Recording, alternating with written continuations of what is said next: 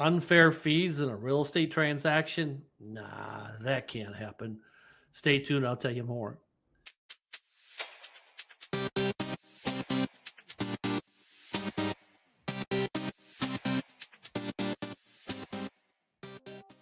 Hey, everyone. Welcome to another episode of Inside the Deal Through Michael's Eyes. It's a fresh take on real estate and business in general. My name is Michael Renick, and I am your host for this podcast. Most of you know who I am. I've done my background on many of these. What I'd like to bring in for some help to address this is a great friend and also a great attorney, Michael Hankin. I'll do a brief summary on him. He's a man I proudly call a powerhouse of legal insight right here in Sarasota when it comes to understanding the intricate web of legal matters that impact our lives and businesses. Michael is second to none. And we've got a topic here that Michael has a lot of passion on, and I like that. We'll have some fun with this. Michael, what's going on out there? Sure. So, as part of my practice, I commonly represent a buyer or a seller in a transaction. And a buyer and seller in a residential transaction always, 99% of the time, enter into a purchase and sale agreement. The standardized purchase and sale agreement we have in Florida is developed by a really hardworking committee, half consisting of realtors, half consisting of members of the Florida Bar.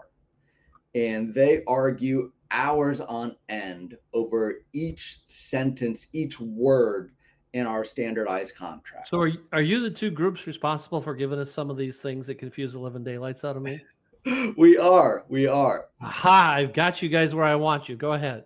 And so, this contract, and it's really two different versions of the contract, which for the purpose of this discussion, we don't need to get into. But the standardized contracts are put together at great length by this committee consisting of realtors, of attorneys. They painstakingly go through it line by line. They set the standards as to how Florida residential real estate is handled.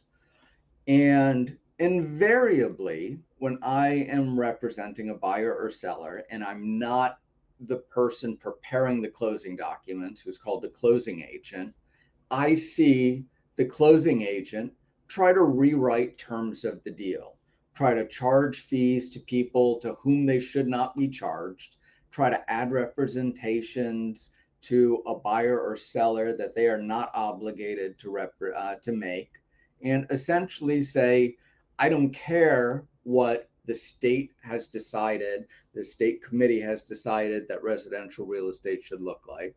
I don't care what the parties have decided that our transaction should look like.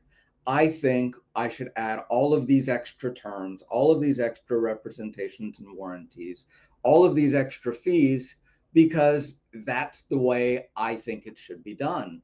And Mike, I Of got course, to tell those you, fees benefit them, right? They think it should be done. They're padding their pockets. Is that that's true? right. I mean, for the fees, you're absolutely right. They never add more taxes to the state, but they sure as hell do add more fees for services. They allocate the fees for the services in the way they think it should be allocated. Is So, is any of this stuff regulated by the state? um, not really. These are specific contractual obligations. So a buyer or a seller could certainly sue the other. They could sue the closing agent. But realistically, if the closing agent's going to clip you for $150 worth of expense, it's probably not worth your time, effort, and energy to go and pursue that closing agent for not following the contract. Wait, this is where whether you're a buyer or seller, if you're not paying for the title, you're not driving that part of the transaction, you need a broker that understands what the heck's going on, right? A real estate broker, an attorney necessarily. Attorney would be even better probably. But like for example, if our side of the deal isn't paying for the title, represented by an attorney, we go through all the documents, and if we find things that are out of line, we like the best thing that comes to mind is one time I'm working with a buyer and the seller's paying for the closing costs and the title and all that kind of stuff, and the title company had charged $900 to my buyer, and I called and I explained that no, the seller's paying all the expenses per the agreement, and they said no, we understand, but our policy is there's $900 on the buyer side, and I said I'm okay with that. you're going to charge the seller that $900, but I'm okay that you think it's the buyer's side, and you will remove it. And they had to, because it was clear. Is that a good example of what you're talking about? That's a great example. And it happens all the time. They'll tell you it's our policy, it's our standard. We're doing that work for that person's benefit. But it doesn't matter if it's their policy or if it's their standard or to whom it benefits. What matters is what the buyer and seller agreed to in the written contract. So you're Not going back. So what you're really saying is, so when a buyer puts forth an offer and the seller signs it, that's the contract, right? The offer becomes the contract, and that exactly. spells out who pays what. Is that correct? That's exactly correct. And so the buyer and seller have already agreed upon it, already negotiated it. Most likely they didn't read the form to begin with. Let's be honest, nobody reads Really? 13-page contract. But we have this contract that's been put together by this wonderful group at the state, which is really looking for what's fair in real estate transactions. And we have that great benefit in Florida that we have this really developed contract that gets rid of ambiguities, that is done in a way that a collaborative group thinks is fair, not looking for the buyer or the seller or not looking for either's benefit. The aim of the group that puts together the contract is to create a fair and balanced agreement between buyers and sellers. And that's why you have a state approved contract that we use in Florida. Like you said, there's two versions, but as is in what I call the FAR bar, and we don't need to go into that right here, but they're both state approved to make them as clear as possible. If I could editorialize for just a second, they may not be all the way to the finish line when you talk about as clear as possible, but that's another podcast. We don't have to go into that. You being an attorney, I've got to have some fun with this thing. Sure. So to me, it's not just fees. So fees certainly are the most impactful. They affect the buyer or seller on the day of closing, money actually out of their pocket. But it's also representations and warranties. So typically, the most commonly used contract is the as is contract. In an as is contract, a buyer has an opportunity to go do an inspection, do whatever they want during their inspection period. And then if they don't cancel, they take title subject to essentially everything that's out there. Invariably, a closing attorney will add all sorts of needless representations and warranties to the seller, things that are not provided for the contract, and they just rewrite how they would like the deal to be handled. Sometimes they represent the buyer and they're looking out for the buyer's best interest, but it's not the closing agent's job to impose their own will upon the transaction, impose their own fees, impose their own idea as to what the buyer and seller's agreement should have looked like. A seller under our standard contract is required to say there's nobody else in possession and there's no liens or encumbrances on the property. That's it. Pretty simple, pretty straightforward. But invariably, you'll have the closing documents that say there's no violations of any municipal codes. My property boundaries have never been disputed. I've never gotten in an argument with my neighbor as to where our monuments are. All these extra things that create potential liability for a seller, which the seller did not agree to. And just because the closing agent decides they want it, they put it in the documents, they change the terms of the deal. And as I said, Mike, it really pisses me off. Uh, You're speaking from the heart, and that shows your passion for this. Because the reason I ask you to be a partner in the podcast is your focus on doing what's right, and this clearly is not right. It's adding costs to a side that shouldn't have to pay for them. right, adding costs, adding liability. The parties have agreed we should all step back and say, we're going to respect the agreement that the parties have made. We're not going to try to Monday morning quarterback it. We're not going to try to rewrite it. This is what they've decided. Let's do what we as professionals should do and help our clients accomplish the goals that they've told us that they want. And they tell us that with their words, they tell us that with the agreements they give us. Our job is to make their dreams come true, so to speak, not to define what their dreams should be. not to make it into something that they don't want, that they didn't ask for, or to try to get them some unfair advantage or impose some detriment that doesn't need to be imposed.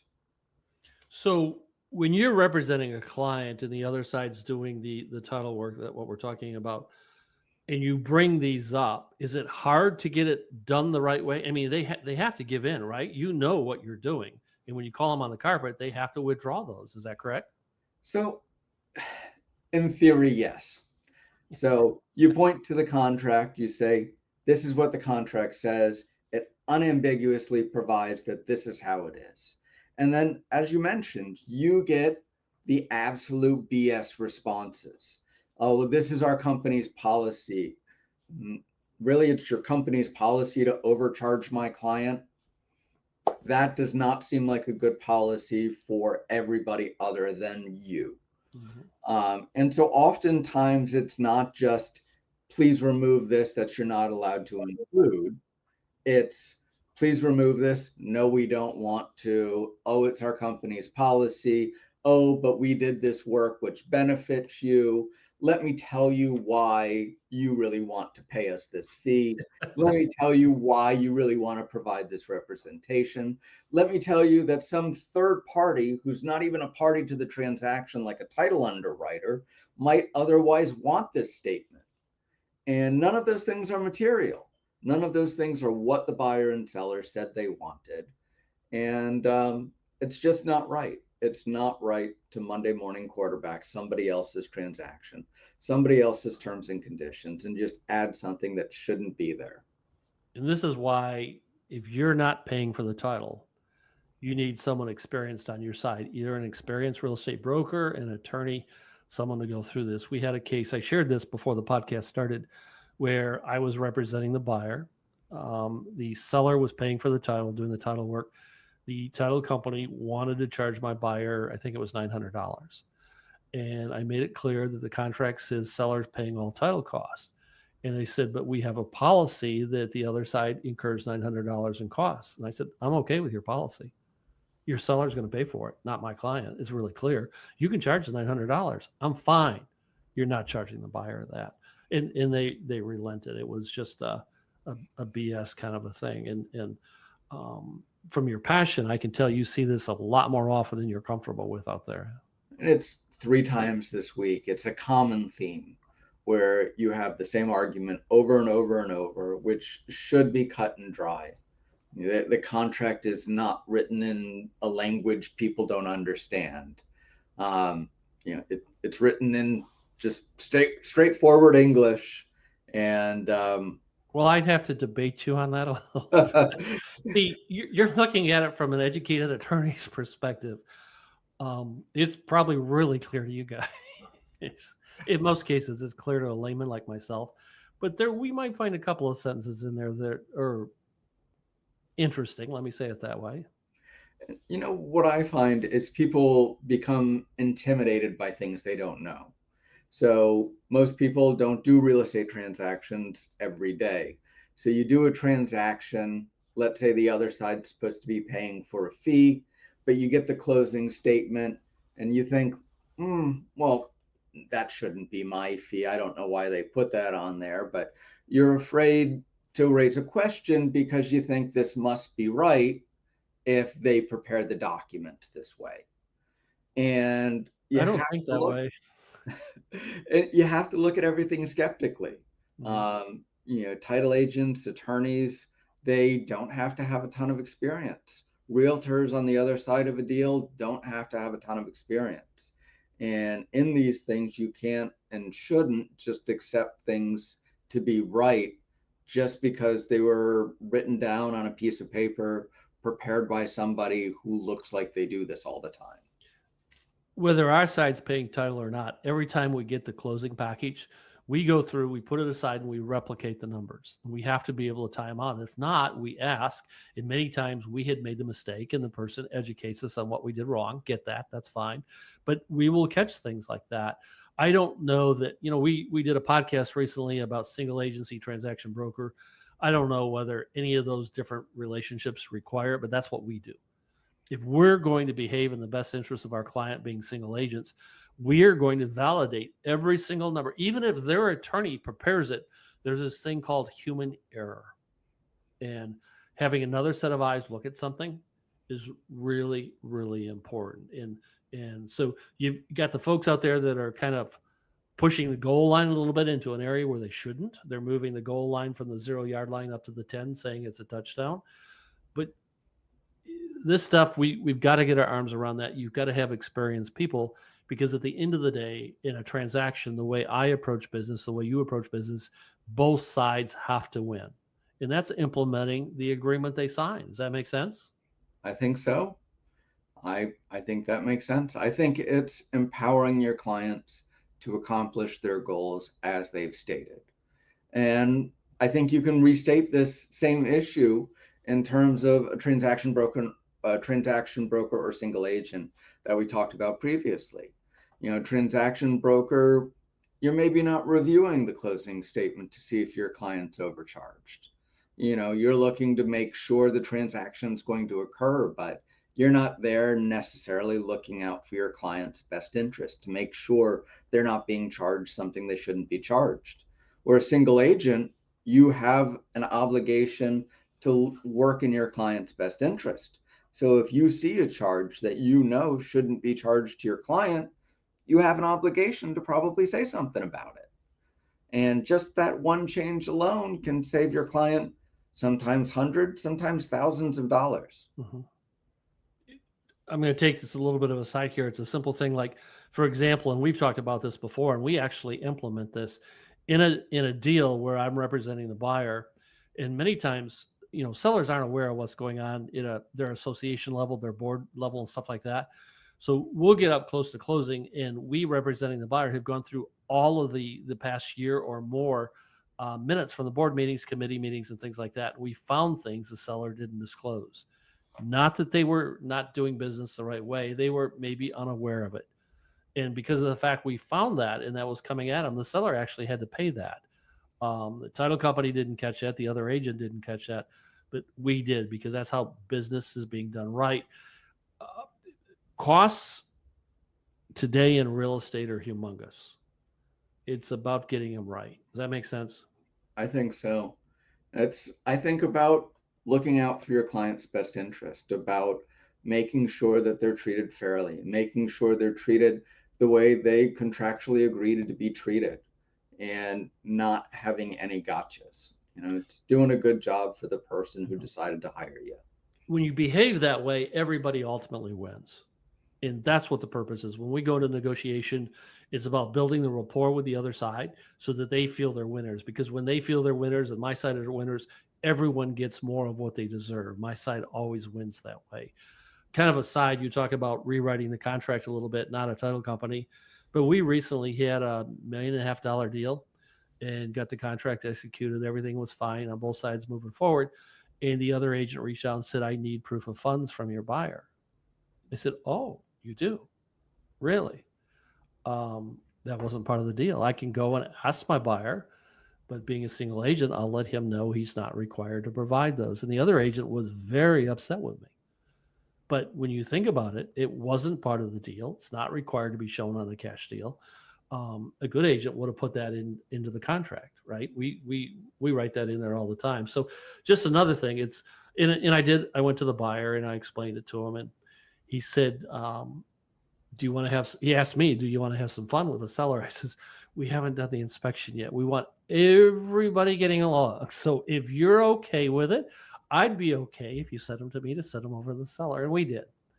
So you want to be careful about the whole transaction there. But it is right. It's about doing the right thing. It's about honoring the contract. It's not about putting all this other stuff into it. And you said, before we started, maybe this wouldn't be the most exciting podcast that we've done. I think it's one of the best that we've done. I mean, there's a lot of passion in your life and my life about doing what's right. And, we've known each other for a long time, and we've got many examples where we've lived that kind of stuff. You have, and we have. So I enjoy this kind of stuff. Something really jumping off the end of the cliff here, a future podcast might be, Have you ever been presented with the as is contract? Do you realize it's anything but as is? That could be a kind of a fun one. Sounds like fun. So we're going to continue to do this. Michael, thank you so much for this. I appreciate your insight in this. I appreciate your passion. And I look forward to a whole lot more of these as we now are in 2025. That sounds great. Looking forward to it, Mike. Take care.